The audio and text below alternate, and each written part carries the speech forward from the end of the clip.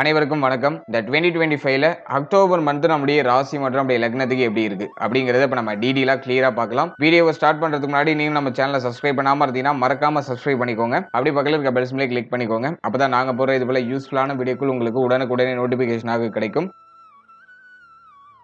இப்போது 8வது ராசியா வரக்கூடியது விருச்சிகம். விருச்சிக ராசி மற்றும் விருச்சிக லக்னத்தை சேர்ந்தவர்களுக்கு இந்த அக்டோபர் மந்த் எப்படி இருக்கு அப்படிங்கறத பாக்குறதுக்கு முன்னாடி இந்த மந்த்ல பிளானட்டரி பொசிஷன்லாம் எப்படி இருக்கு அப்படிங்கறத ஃபர்ஸ்ட் டீடைலா நம்ம அனலைஸ் பண்ணலாம். முதலாவது அந்த மாதத்தை பொறுத்த வரைக்கும் நம்முடைய ராசிக்கு 4ஆம் இடத்துல ராகு பகவானுடைய சஞ்சாரம். ராகு பகவான் எந்த சேஞ்சஸும் பண்ணல. அடுத்தது 5ஆம் இடத்துல சனி வக்ரத்துல டிராவல் பண்றாரு. சோ அந்த கிரகமும் எந்த சேஞ்சஸும் பண்ணல. அதனை தொடர்ந்து பார்த்தோம்னா குரு பகவான் அஷ்டமத்துல டிராவல் பண்ணிட்டு இருக்காரு. இந்த மாதத்துல குரு பகவான் ஒரு பிகஸ்ட் சேஞ்சஸ் பண்றாரு. அதாவது 18ஆம் தேதி அதிசார பயிற்சி பண்றாரு. அதிசாரமா பயிற்சியாகி நம்முடைய ராசிக்கு 8ஆம் இடத்துல இருந்து 9ஆம் இடத்துக்கு டிரான்சிட் ஆகி உச்சம் ஆகுறாரு. சோ அதை நான் ஒரு நல்ல அமைப்பா பாக்குறேன் விருச்சிகத்துக்கு. அடுத்தது 10ஆம் இடத்துல சுக்கிரன் கேது காம்பினேஷன் 7-12 ஒரு கிரகம் கேதுவோட இணைந்து நமக்கு 10ஆம் இடத்துல டிராவல் பண்ணுது. சோ இது சில நிலைகள்ல நல்லதா இருந்தாலும் கேதுவும் சுக்கிரனும் இணைகிறது ஒரு பற்றில்லாத கிரகத்தோட பற்றுள்ள கிரகம் இணைகிற ஒரு காம்பினேஷன் வருது. சோ அதை நம்ம கொஞ்சம் மெயினா பார்க்க வேண்டிய விஷயமா இருக்கு. அடுத்தது 11ஆம் இடத்துல சூரியன் புதன் காம்பினேஷன் வருது. இல்ல புதன்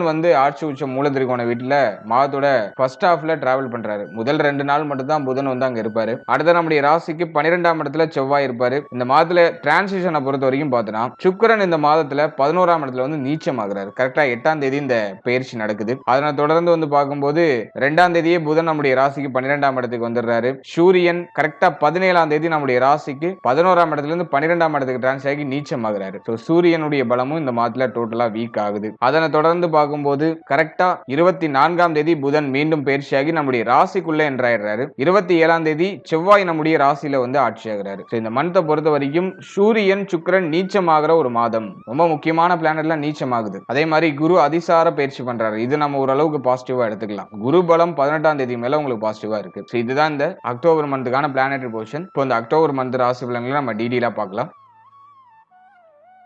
முதலாவது அந்த மாதத்தை பொறுத்த வரைக்கும் குரு அதிசார பயிற்சி 18ஆம் தேதிக்கு மேல அதிசார பயிற்சி பண்றாரு. அது ஒரு சில நிலைகள்ல நமக்கு நல்லது. பிரச்சனைகள்லாம் சமாளிக்கிறதுக்கான பலத்தை குரு பகவான் கொடுத்துறாரு 18ஆம் தேதிக்கு மேல.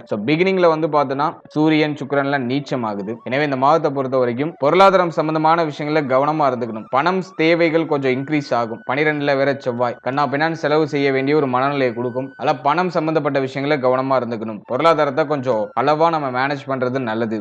அடுத்தது தொழில் உத்தியோகத்துல எந்த ஒரு சேஞ்சஸும் பண்ண வேண்டாம். இந்த மந்தை பொறுத்த வரைக்கும் இருக்கிறத ஜஸ்ட் மூவ் ஆன் பண்ணுங்க. இந்த மாதத்துல ஹை ரிஸ்க் எடுத்து எதுலயும் மாட்டிக்க வேண்டாம். எனவே தொழில் உத்தியோகத்துல ரொம்ப கேர்ஃபுல்லா இருக்கணும். 10ல ஆல்ரெடி பார்த்தோம்னா சுக்கிரன் கேது காம்பினேஷன். அடுத்த சுக்கிரன் நீச்சம் ஆகுறாரு. 10ஆம் அதிபதியும் 12ஆம் இடத்துல நீச்சம் ஆகுறாரு. எனவே அது அவ்வளவா பாசிட்டிவா இல்ல. அல்ல தொழில் உத்தியோகத்துல ரொம்ப கேர்ஃபுல்லா இருக்கணும். குறிப்பா பிசினஸ் பீப்புள் நீங்க ஒரு பிசினஸ் மேனா இருக்கீங்கன்னா தொழில் பண்ணிட்டு இருக்கீங்கன்னா இன்வெஸ்ட்மெண்ட்ல கொஞ்சம் கராரா இருந்துக்குங்க. அவசரப்பட்டு பெருசா இந்த ஒரு முதலீடையும் பண்ணி மாட்டிக்க வேண்டாம். இந்த மந்த் அதுக்கு ஃபேவரா இல்ல. அதே மாதிரி தொழில் உத்தியோகத்துல ஒரு மாதிரி பிரஷரான அமைப்பு வரும். நிறைய பேருக்கு தொழிலை சேஞ்ச் பண்ணலாமா உத்தியோகத்தை சேஞ்ச் பண்ணலாமா அப்படிங்கிற மாதிரியான மனநிலை எல்லாம் கிரியேட் ஆகும். பிகஸ்ட் சேஞ்சஸ் தொழில் உத்தியோக ரீதியா ஹை ரிஸ்க் இந்த மந்த்ல எடுக்க வேண்டாம். பொருளாதாரம் தொழில் உத்தியோகம் இதுல ரொம்ப கேர்ஃபுல்லா இருக்கணும். 27ஆம் தேதிக்கு மேலதான் செவ்வாய் உங்களுக்கு பாசிட்டிவா வராரு. அதன் பிறகு முக்கியமான முடிவுகள் முக்கியமான மாற்றங்கள் தொழில் பொருளாதாரம் சார்ந்த விஷயங்களை வச்சுக்கோங்க. அது வரைக்கும் கொஞ்சம் பொறுமையை கடைபிடிக்கிறது நல்லது. அடுத்த இந்த மாதத்துல 4ஆம் இடத்துல ராகு குரு பார்வையிலிருந்து மீறி வராரு. இந்த மந்த்ல மன உளைச்சல் கொஞ்சம் எக்ஸ்ட்ராவே இருக்கும். நல்ல விருச்சகம் இந்த மந்த்ல கொஞ்சம் தயார் ஆயிக்கணும், ப்ரிப்பேர் ஆயிக்கணும். நல்லா மெடிடேஷன் பண்ணி உங்களுடைய மன ஆரோக்கியத்தை நீங்க தக்க வச்சுக்கணும். மன உளைச்சல் கொஞ்சம் இன்க்ரீஸ் ஆகிறதுக்கு வாய்ப்பு இருக்கு. அதனால மன ஆரோக்கியத்துக்கு முக்கியத்துவம் கொஞ்சம் அதிகமா கொடுக்கணும். நல்லா மெடிடேஷன் பண்ணுங்க. டைத்துக்கு சாப்பிடுங்க, டைத்துக்கு தூங்குங்க. தூக்கம் அப்படிங்கிறது இப்போ உங்களுக்கு ஒரு பெஸ்ட் ரெமெடி. ஆன்மீகம் சார்ந்த விஷயங்கள்ல உங்களை அதிகமா ஈடுபடுத்திக்கிறது நல்லது. இஷ்ட தெய்வ வழிபாடு தெய்வீகம் சார்ந்த விஷயங்களை ஈடுபடுத்திக்கிறது. தான தர்மங்கள் அல்லது பார்த்தோன்னா மெடிடேஷன் உங்களுக்கு மைண்டுக்கு எது காம் டவுன் கொடுக்குமோ அதை நீங்க அதிகமா இந்த மந்த்ல செய்யறது நல்லது. அடுத்த 4ஆம் இடத்துல ராகு 5ஆம் இடத்துல சனி வக்ரம். இந்த காம்பினேஷனை பொறுத்த வரைக்கும் தாயாருடைய உடல் ஆரோக்கியம் தாயாருடைய உறவு நிலை தாயார் சம்பந்தப்பட்ட விஷயம் இதுல எல்லாம் கொஞ்சம் கேர்ஃபுல்லா கவனமா இருந்துக்கணும். அடுத்தது பாக்குறது தாய் வழி உறவுகள் சார்ந்த விஷயங்களையும் கவனமா இருந்துக்கணும். அடுத்து உங்களுடைய உடல் ஆரோக்கியத்துல டிஃபால்ட்டா கேர்ஃபுல்லா இருக்கும். ஹெல்த்ல எந்த ஒரு அலட்சியமும் இல்லாம டயத்துக்கு சாப்பிட்டு டயத்துக்கு தூங்கி உங்களுடைய ஹெல்த்தை கொஞ்சம் நல்லா பராமரிச்சுக்கிறது நல்லது. இந்த மந்த்ல உங்களுடைய உடல் ஆரோக்கியம் கொஞ்சம் சேஃபா இருந்தாலே நீங்க புண்ணியம் பண்ணவங்க அர்த்தம். ஏதை நான் சொல்றேன்னா 4ஆம் இடம் 5ஆம் இடம் பரவாயில்ல. 4ஆம் இடம் கொஞ்சம் வெகுவா பாதிக்கப்பட்டு இருக்கு. அதே மாதிரி முக்கியமான 2 பிளானட் நீச்சம் ஆகுது. சூரியனும் சுக்கிரனும் நீச்சம் ஆகுது. எனவே உங்களுடைய ஹெல்த்ல கொஞ்சம் டிஃபால்ட்டா கேர்ஃபுல்லா இருக்க வேண்டியது அவசியம். அடுத்து அந்த வண்டி வாகனம் இதுல ஏதாச்சும் ஒரு சில ஏற்றத்தாழ்வுகள் மாற்றங்கள்லாம் நடக்கலாம். வண்டி வாகனத்துல எல்லாம் கொஞ்சம் கவனமா இருக்கணும். அதே மாதிரி வண்டி வாகனத்துல டாக்குமெண்ட்ஸ் எல்லாம் கொஞ்சம் கரெக்டா வச்சுக்கோங்க. அல்லது வந்து ஏதாச்சும் ஃபைன் கட்ட வேண்டிய சுச்சுவேஷனுக்கு வரது வாய்ப்பு இருக்கு. அதே மாதிரி வண்டி வாகனத்துல பழுது நீக்கல் சார்ந்த செலவுகள் ஏதாச்சும் ஏற்படலாம். அடுத்தது ஸ்டூடெண்ட்ஸ் மாணவ மாணவிகளுக்கு கல்வி சம்பந்தப்பட்ட விஷயங்கள்ல கொஞ்சம் அவேர்னஸ் அப்படிங்கிறது தேவை. சூரியன் புதன் நினைவு இருக்கு, கல்வியை ஓரளவுக்கு மேனேஜ் பண்ணி எடுத்துட்டு போயிடும். செவ்வாயோட இணைவும் வருது. இருந்தாலும் சூரியன் சுக்கிரன் எல்லாம் நீச்சமாகிற மாதம் பிளஸ் வந்து 4ஆம் இடத்துல ராகு பலமா இருக்காரு. நல்ல படிப்பு சார்ந்த விஷயங்களை நிறைய டிஸ்ட்ராக்ஷன்ஸ் கொடுக்கும். எனவே ஸ்டூடெண்ட்ஸ் கல்வி சம்பந்தப்பட்ட விஷயங்களை கொஞ்சம் அவேர்னஸா கவனமா இருக்கணும். எதுக்கும் உங்களுடைய மைண்டை போட்டு குழப்பிக்காம இருக்கணும். 27ஆம் தேதி வரைக்கும் கொஞ்சம் டஃபா போற மாதிரி இருக்கும். இல்ல படிப்பு சம்பந்தப்பட்ட விஷயங்களை கொஞ்சம் எக்ஸ்ட்ரா கேரிங்கோட நீங்க டிராவல் பண்ண வேண்டியது அவசியம். அடுத்த சனி 5ஆம் இடத்துல வக்ரம். 5ஆம் அதிபதி 18ஆம் தேதிக்கு மேல ஓரளவுக்கு பாசிட்டிவா வராரு. அதையும் உச்சமாகிறாரு.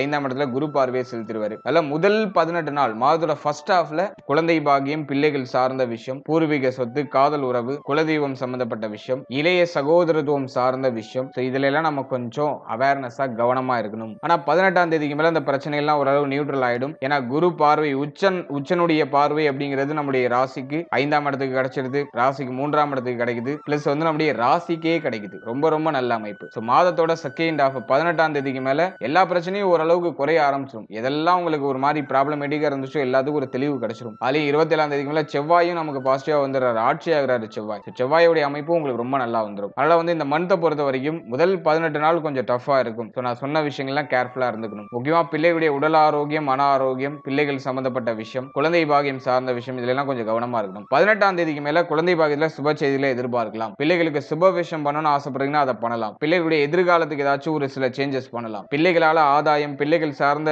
வகையில் இருக்கக்கூடிய மன உளைச்சல் வருத்தங்கள்லாம் நீங்கும். பிள்ளையுடைய உடல் ஆரோக்கியத்துல ஒரு பாசிட்டிவ் ரிசல்ட் கிடைக்கும். பிள்ளைகளுடைய உடல் ஆரோக்கியத்தில் இருக்க பிரச்சனைகள்லாம் விலகி உங்களுக்கு ஒரு மன நிறைவை கொடுத்துரும். அடுத்த பிள்ளைகளோட இருந்து வந்த கருத்து போராட்டங்கள்லாம் குறையும். அதெல்லாம் நம்ம பாசிட்டிவா எடுத்துக்கலாம். ஃபர்ஸ்ட் ஹாஃப் பொறுத்த வரைக்கும் கொஞ்சம் கவனமா இருக்கணும். செகண்ட் ஹாஃப் 18ஆம் தேதிக்கு மேல உங்களுக்கு எல்லாமே பாசிட்டிவா மாறுது.